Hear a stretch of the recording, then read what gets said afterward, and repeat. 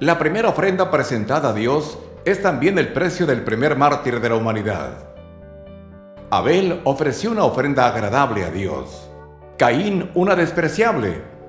En estos dos presentes se representan las ofrendas de todos los humanos, aquellos que ofrecen de acuerdo a su propia y mezquina voluntad, y quienes dan al Señor lo mejor, y de acuerdo a lo que Él demanda.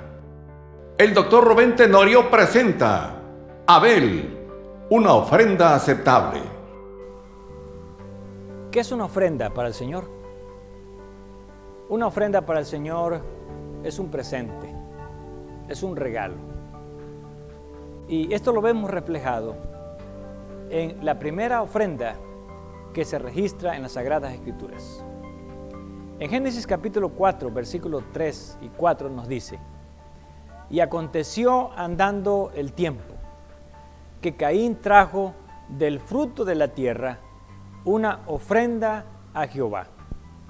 Y Abel trajo también de los primogénitos de sus ovejas, de lo más gordo de ellas.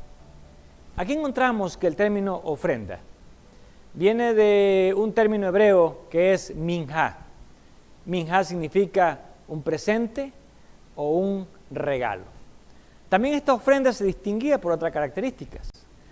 Dice que trajo de lo mejor de la tierra. El hebreo utiliza un término que es heleb, que significa algo gordo, algo grueso o lo mejor.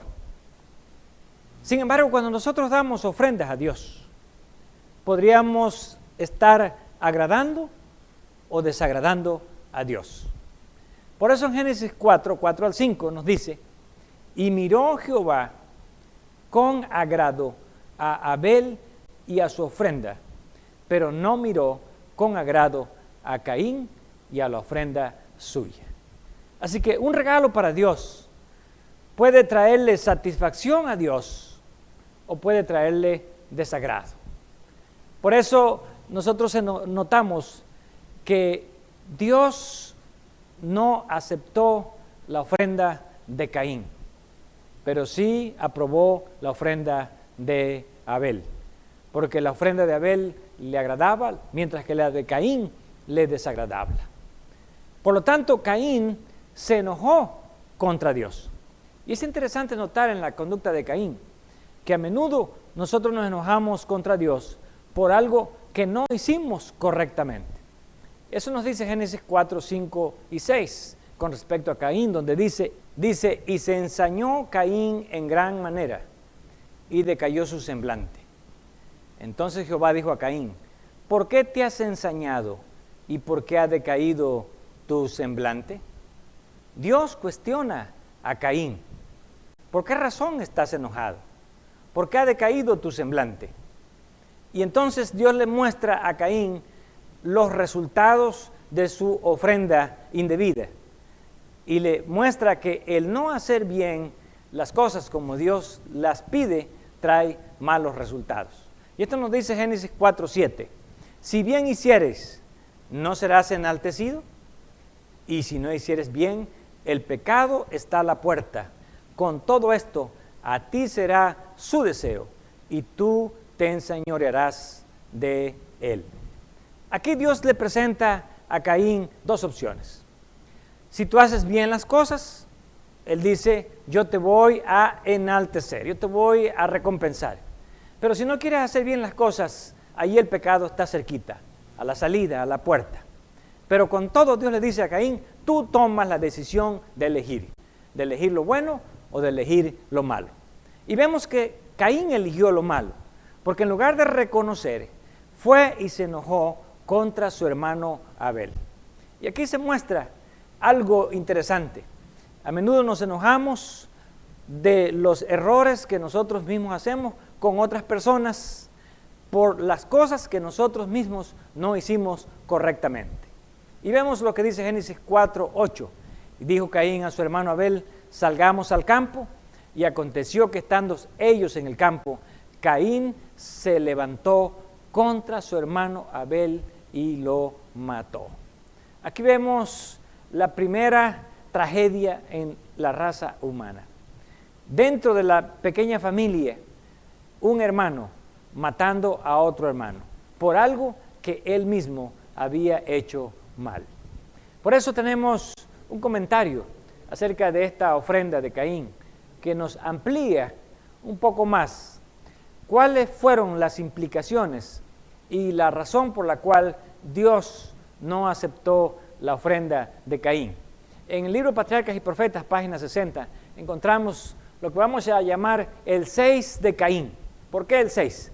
Porque son 6 razones que se presentan allí por lo cual su ofrenda no fue aceptada. En primer lugar, Caín se presentó a Dios con murmuración e incredulidad en el corazón tocante al sacrificio prometido y a la necesidad de las ofrendas expiatorias. En otras palabras, él no tenía deseos de ofrendar y lo que hizo con murmuración.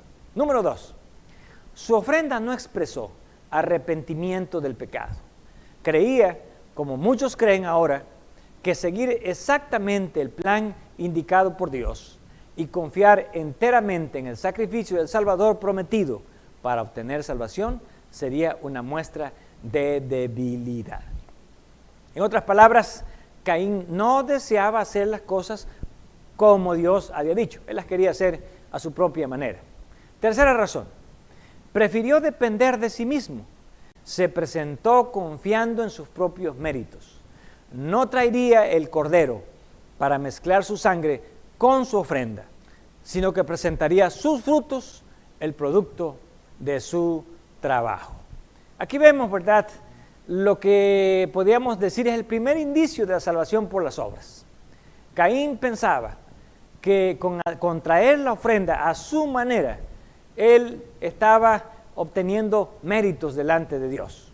En cuarto lugar, presentó su ofrenda como un favor que hacía Dios para conseguir la aprobación divina. Y esto es uno de los grandes errores de la humanidad, pensar que nosotros podemos comprar los favores de Dios con nuestras ofrendas.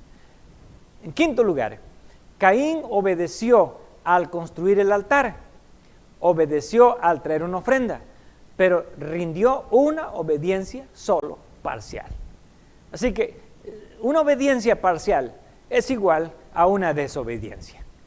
Y el sexto omitió lo esencial, el reconocimiento de que necesitaba un Salvador.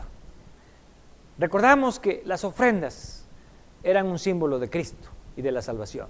Caín rechazó todo ello y por eso su ofrenda no fue grata delante de Dios.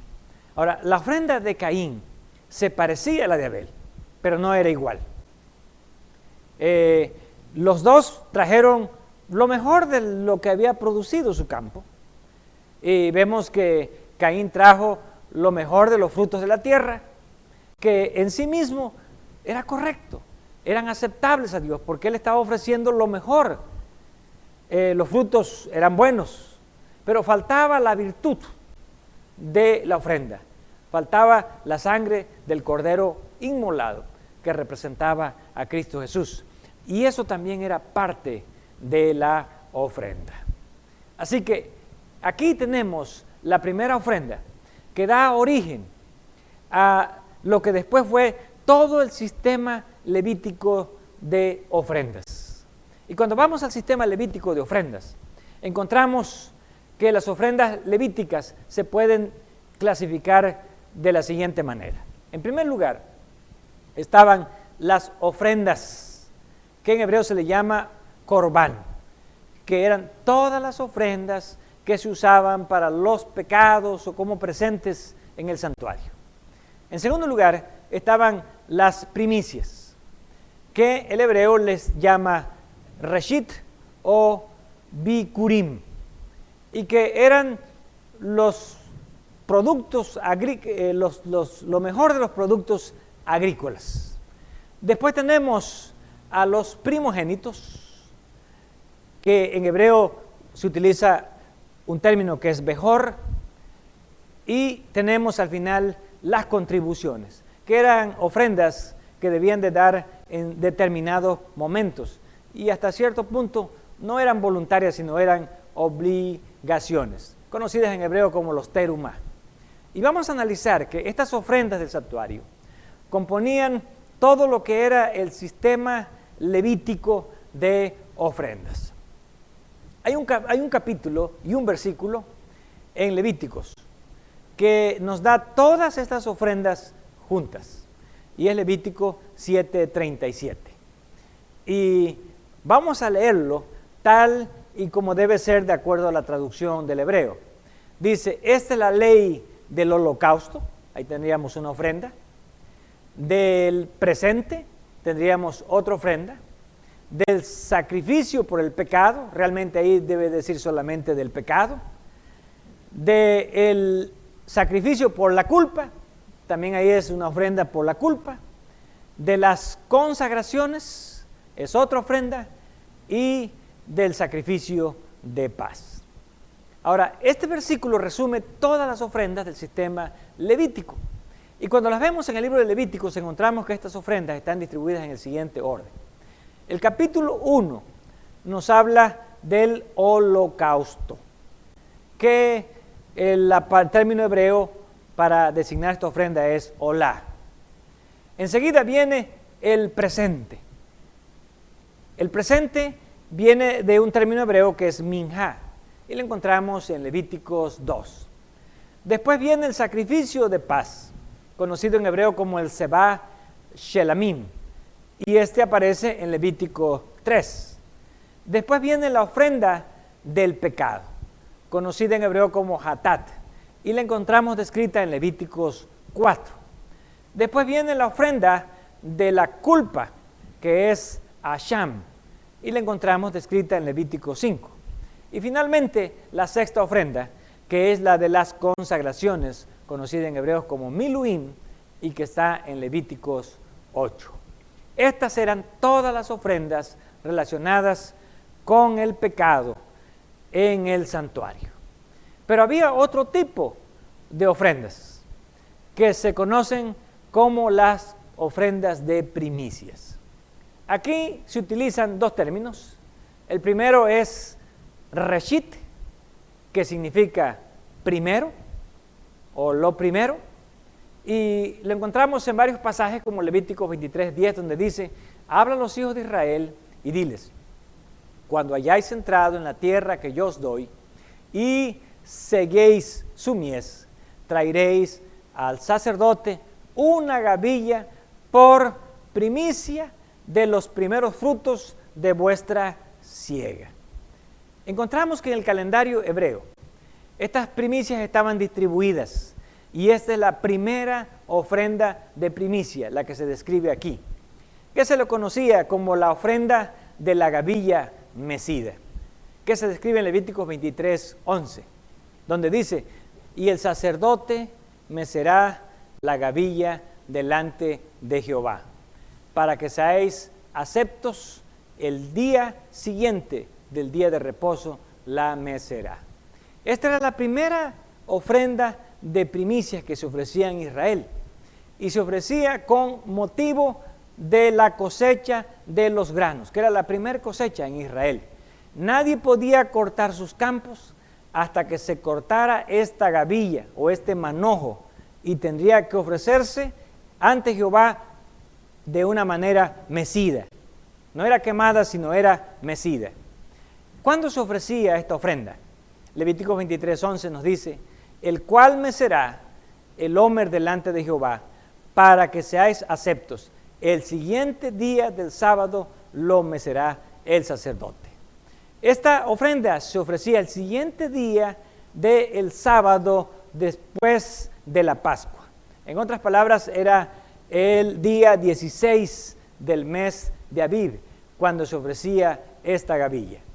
Y Levíticos 23:5 y 6 nos dice también, en el mes primero, a los 14 del mes, entre las 2 tardes, Pascua es de Jehová, y a los 15 días de este mes es la solemnidad de los ácimos a Jehová, 7 días comeréis ácimos. Así que era el día siguiente al día de sábado. Y esto nos dice Levíticos 23:7 y 8. El primer día tendréis santa convocación, ninguna obra servil haréis. Ese era el día 15 del mes de Abib, y ofreceré a Jehová 7 días ofrenda encendida. El 7º día será santa convocación, ninguna obra servil haréis. Por lo tanto, esta es lo que se le llama la primera ofrenda de primicias en Israel. ¿Cuándo se ofrecía? El día 16 del mes de Abib. ¿Qué propósito tenía? Era el principio de la siega, para dar apertura a la siega. En otras palabras, era el principio de la cosecha de los granos. También se ofrecía como ofrenda una gavilla. Por eso se le llama la ofrenda de la primera gavilla. Y esta ofrenda tenía como propósito recordar al pueblo de Israel que Dios estaba bendiciendo a su pueblo con la cosecha de los granos. La segunda primicia se ofrecía 50 días después, en lo que se llamaba la fiesta de las semanas.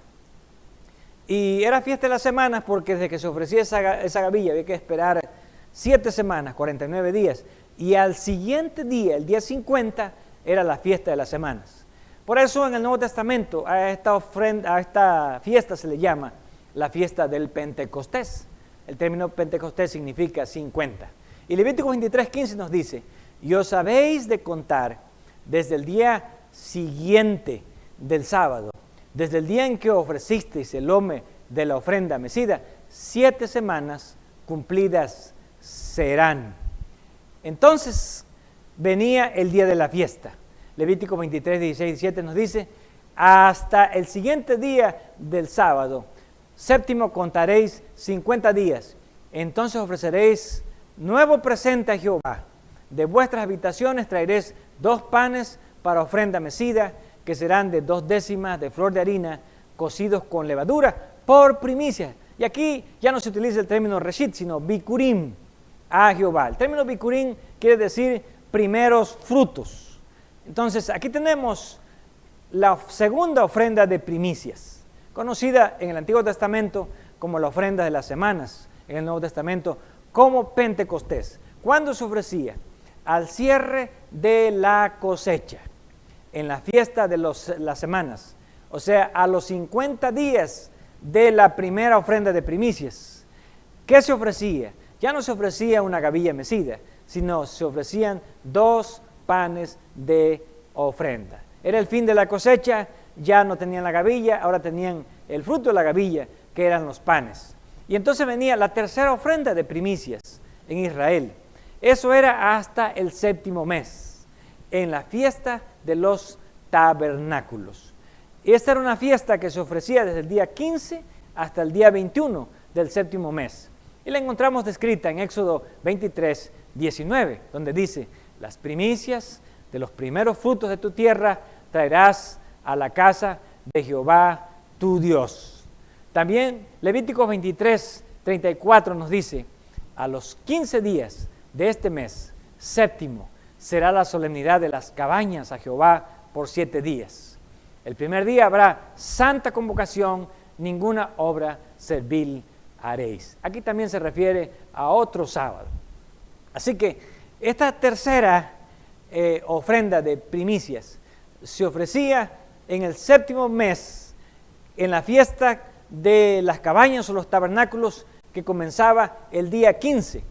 Y esta ofrenda se ofrecía con motivo de la cosecha de los frutos. Recuerden que la de los granos ya había pasado, ahora venía la segunda gran cosecha del año, la cosecha de los frutos. ¿Qué era lo que se ofrecía?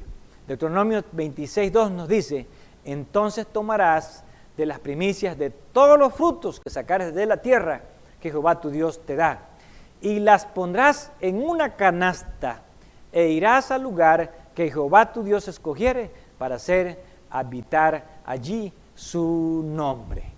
Ahora, Dios ahora pide que lleven una canasta como ofrendas de primicias de los frutos allá donde está el santuario o donde está el templo.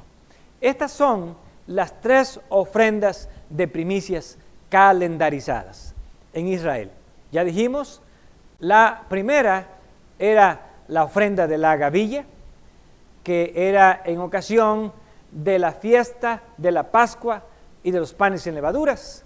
La segunda era en la fiesta de las semanas o del Pentecostés, que eran 50 días después de la primera ofrenda, y aquí se ofrecían 2 panes.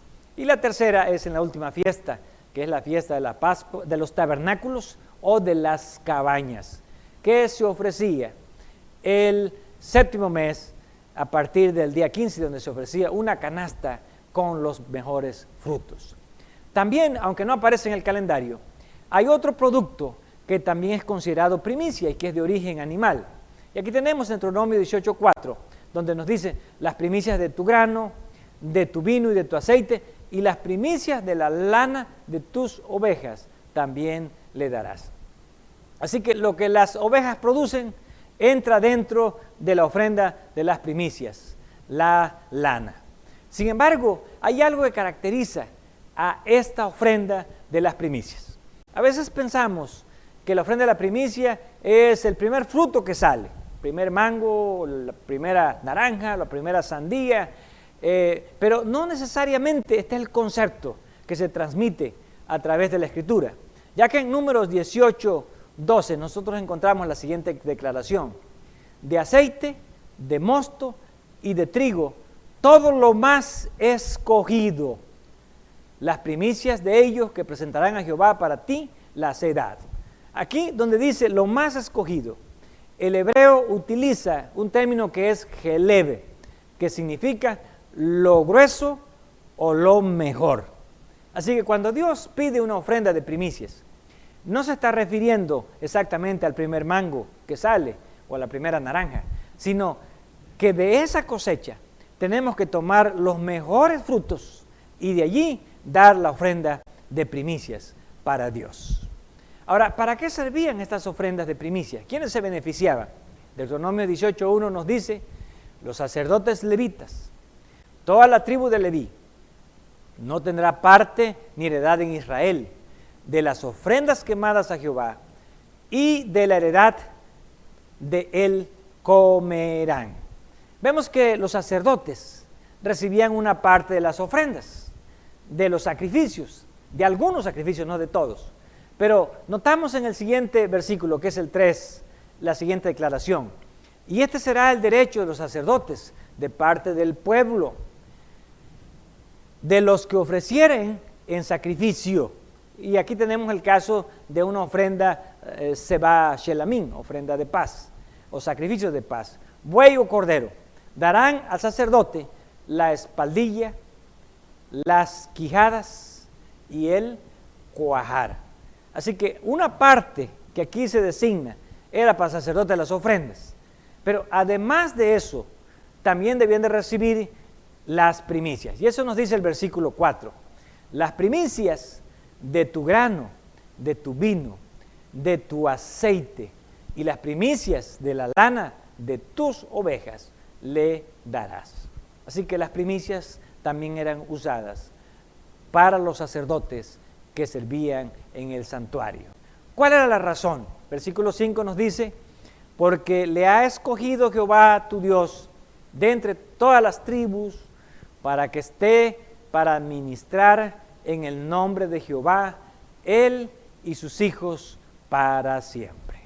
Así que las primicias pertenecían a los sacerdotes que ministraban en el templo.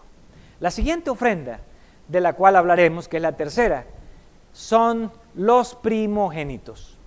El hebreo utiliza un término que es Behor y que significa el primer nacido. Y aquí encontramos, ¿verdad?, cómo Dios declara de que todos los primogénitos son suyos y da la razón. Números 3:13 nos dice: porque mío es todo primogénito, desde el día en que yo hice morir a todos los primogénitos en la tierra de Egipto, santifiqué para mí a todos los primogénitos en Israel, así de hombres como de animales, míos serán, yo Jehová. Dios elige a los primogénitos porque Él dice: cuando iban a morir todos los primogénitos en la tierra de Egipto, yo redimí, yo salvé a los primogénitos de todo varón y de todo animal para que ellos me sirvieran. Ahora, ¿quiénes eran los primogénitos? Éxodo 13:2 nos dice: dedicarás a Jehová todo aquel que abriere matriz, y asimismo todo primer nacido de tus animales, los machos serán de Jehová. Así que se refería solamente al sexo masculino en caso de los hombres y a los machos en caso de los animales. Los primogénitos solamente eran los del sexo masculino o los machos, los varones o los machos entre el ganado. También Éxodo 34:19 nos dice: todo primer nacido mío es, y de tu ganado todo primogénito de vaca o de oveja que sea macho. Sin embargo, encontramos, ¿verdad?, que Dios había escogido a los primogénitos para que les sirvieran, porque Él los había redimido, para que estuvieran en su ministerio. Sin embargo, Dios, en lugar de tomar a los primogénitos, decide elegir a la tribu de Leví para que les sirva. Así que los tribus de Leví vienen a ser sus sustitutos. Y esto nos dice Números 3:12, donde encontramos la siguiente declaración: he aquí, yo he tomado a los levitas de entre los hijos de Israel en lugar de los hijos de todos los primogénitos. Los primeros nacidos entre los hijos de Israel serán pues míos, los levitas. Así que Dios hace un intercambio. Él dice: yo les voy a dar a todos sus primogénitos, no me van a servir, quiero a la tribu de Leví. Y Dios dice: vamos a hacer un intercambio, y para poder cambiarlos vamos a hacer un recuento, y entonces vamos a hacer cuentas al final. Y Números 3:40 nos habla del recuento. Y Jehová dijo a Moisés: cuenta todos los primogénitos varones de los hijos de Israel de un mes arriba, y cuéntalos por sus nombres, y tomarás a los levitas para mí en lugar de todos los primogénitos de los hijos de Israel, y los animales de los levitas en lugar de todos los primogénitos de los animales de los hijos de Israel, yo Jehová. Ahora, Dios dice: vamos a contar, y el que tenga menos le pagará al que tenga más, y se le pone un precio por cabeza. Dice Números 3:47: tomarás 5 ciclos por cabeza, conforme al ciclo del santuario los tomará. Y entonces aquí vemos las cuentas, ¿verdad? Y recibió de los primogénitos de los hijos de Israel en dinero 1,365 ciclos, conforme al ciclo del santuario. Así que habían más primogénitos que el levita. Así que fueron 273 por 5, que en total daban la cifra de 1,365 ciclos, lo que tuvieron que pagar a Dios, porque los primogénitos eran más que los levitas, los excedían. Y por eso dice, ¿verdad?, este pasaje, número 3:50, que Dios recibió a los primogénitos de los hijos de Israel en dinero, en total 1,365 ciclos, conforme al ciclo del santuario. Así que Dios establece ahora una nueva ley, y la ley es que todos los primogénitos varones tienen que ser rescatados, tanto de hombres como de animales. Y Números 18:16 nos dice: de un mes harás efectuar el rescate de ellos, conforme a tu estimación, por el precio de 5 ciclos, conforme al ciclo del santuario, que es de 20 jeras. Así que para poder redimir a los animales, a los machos y a los hombres, los varones, Dios le dijo: al mes tienen que pagar 5 ciclos, al mes de nacidos. Y entonces encontramos allí, ¿verdad?, que Número 18:15 establece cuál es la norma o la regla para ser redimidos. Dice: todo lo que abre matriz, de toda carne que ofrecerán a Jehová, así de hombres como de animales, será tuyo, pero harás que se redima el primogénito del hombre. También harás redimir el primogénito del animal inmundo. Así que cuando nacía un hijo varón, ellos tenían que pagar los 5 ciclos. Y cuando nacía un animal inmundo, tenía que intercambiarse. ¿Por qué? Porque un animal inmundo no podía ofrecerse en el santuario. Así que se tenía que intercambiar el primogénito de un animal inmundo por un animal limpio. Y esto es lo que nos dice Éxodo 13:13, cuando dice: mas todo primogénito de asno redimirás con un cordero. Y si no lo redimieres, quebrarás su cerviz o su cuello. También redimirás al primogénito de tus hijos. Así que cuando un animal era primogénito y era inmundo, tenían que cambiarlo con un cordero. Sin embargo, había animales que no podían redimirse, que debían entregarse en el santuario, y de esto nos habla Números 18:17. Mas el primogénito de vaca, el primogénito de oveja, el primogénito de cabra, no redimirás. Santificados son, la sangre de ellos rociarás sobre el altar y quemarás la grosura de ellos, ofrenda encendida en olor grato a Jehová. Los animales limpios no podían ser redimidos. Estos primogénitos tenían que llevarse hasta el santuario porque iban a ser ofrecidos en los sacrificios. Finalmente llegamos a la última de las ofrendas del sistema levítico, que son las ofrendas terumá. Y las encontramos descritas en Malaquías capítulo 3, versículo 8 y 9, donde dice: ¿robará el hombre a Dios? Pues vosotros me estáis robando y preguntáis: ¿qué te estamos robando? Los diezmos y las ofrendas. Aquí no se refiere a todas las ofrendas, simplemente se refiere a las ofrendas terumá. Las ofrendas terumá eran obligaciones que tenían los levitas con respecto al santuario. Esas ofrendas se recibían cada vez que se hacía un censo, y entonces los israelitas tenían que pagar para ayudar en las reparaciones del templo. Ahora, Dios dice: malditos sois con maldición, porque vosotros, la nación toda, me estáis robando. Este texto se aplica indudablemente a los diezmos y a las ofrendas terumá, que eran obligaciones, que eran, por un lado, el diezmo, la pertenencia de Dios, y por otro lado, las ofrendas terumá, que eran obligaciones que tenían los hijos de Israel para con el santuario. De esto habla también el libro Patriarcas y Profetas, en el capítulo 50, donde dice: el tabernáculo, como después el templo, se erigió totalmente con ofrendas voluntarias. Y para sufragar los gastos de las reparaciones necesarias y otros desembolsos, Moisés mandó que en ocasión de cada censo del pueblo, cada uno diera medio ciclo para el servicio del santuario. Así que con esto tenemos los 4 tipos de ofrendas que se encontraban en el sistema levítico.